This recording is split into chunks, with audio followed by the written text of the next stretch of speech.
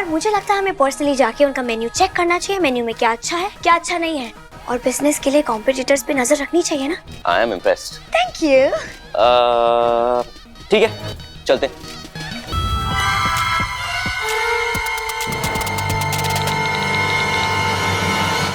Vikrant, come on, let's go.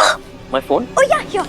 Car की and phone. Thank you, but I'm sorry, क्योंकि normally मैं लोगों को कंफर्टेबल कर देता हूँ अपने आसपास, पर आई गेस तुम्हारे केस में मैं फेल हो गया। I'm sorry. Don't be. But now I'm happy. अब हम अच्छे दोस्त जो बन गए हैं। मिस मन्नत की वजह से मैंने अपना फोन एरोप्लेन मोड पे कब डाला था? क्या हुआ विक्रांत, सब ठीक है? डैड की 30 मिस कॉल्स, मैसेजेस। नहीं कुछ नहीं, डैड के बहुत सारे miss calls, it's weird. Oh God, Vikrant को मुझ पे डाउट नहीं होना चाहिए। अरे व्हाट? चलो मैं जाना हूँ, खाना खा लूं। डैड ने अर्जेंटली घर बुलाया। मन्नत के आने वाले एपिसोड में एक अलग ही ट्विस्ट देखने को मिलने वाला है। भाई फाइनली मन्नत और विक्रांत जा रहे हैं अंबाला।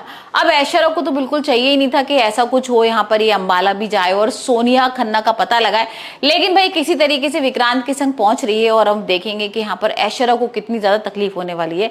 मतलब हाल फिलहाल तो यहाँ पर भाई मन्नत बहुत परेशान है। मन्नत को एकदम से घबराहट होने लगती है, बिजली जैसी देखती है, यहाँ पर भाई ऊपर और जा रही है वो आसमान के, तो और उसको ज्यादा नर्वसनेस फील हो रही है और इसी बात को लेकर विक्रांत भी परेशान हो रहा है। विक्रांत उसको संभाल रहा है, उससे पूछ रहा है कि भाई तुम्हें ऐसा क्यों फील होता है, और यहाँ पर वो अपनी पूरी कहानी बताती है कि भाई जैसी मेरी माँ ने मुझे छोड़ा था ना, मेरा जन्म हुआ था, उसने मुझे तूफान में छोड़ दिया था नदी के किनारे। वहां पर बिजली कड़क रही थी, तूफान आ रहा था, बहुत ज्यादा खराब हालत हो रही थी, और वही सारी चीजें ना मेरे दिमाग में अभी तक बैठी हुई हैं। और जैसी मैं ये सब देखती हूँ, तूफान देखती हूँ या आसमान में बिजली देखती हूँ, तो मुझे घबराहट होने लगती है।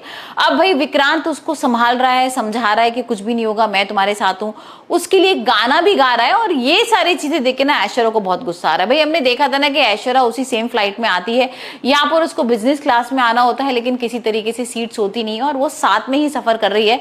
लेकिन यहाँ एक पल के लिए तो भाई शायद विक्रांत उसको पकड़ने वाला होता है। मतलब यहाँ पर होता ये है कि भाई ऐश्वर्या किसी और की सीट पे बैठ जाती है, वो लड़की चिल्ला रही होती है और ये सारा शोर वोर ना सब लोग सुन रहे होते हैं, और विक्रांत की नजर भी पीछे जाती है कि भाई ये कौन है लेडी जो चिल्ला रही है और कौन किसकी सीट पे बैठ गया है। लेकिन उसकी नजर नहीं पड़ पाती है ऐश्वर्या के ऊपर, क्योंकि वो अपना मुंह ढक लेती है। और अब देखते हैं कि वाकई में विक्रांत उसको पकड़ लेगा कि भाई ऐश्वर्या भी अंबाला आई थी और क्या सच सामने आ जाएगा। खैर ये सब तो हम आने वाले एपिसोड में देखेंगे।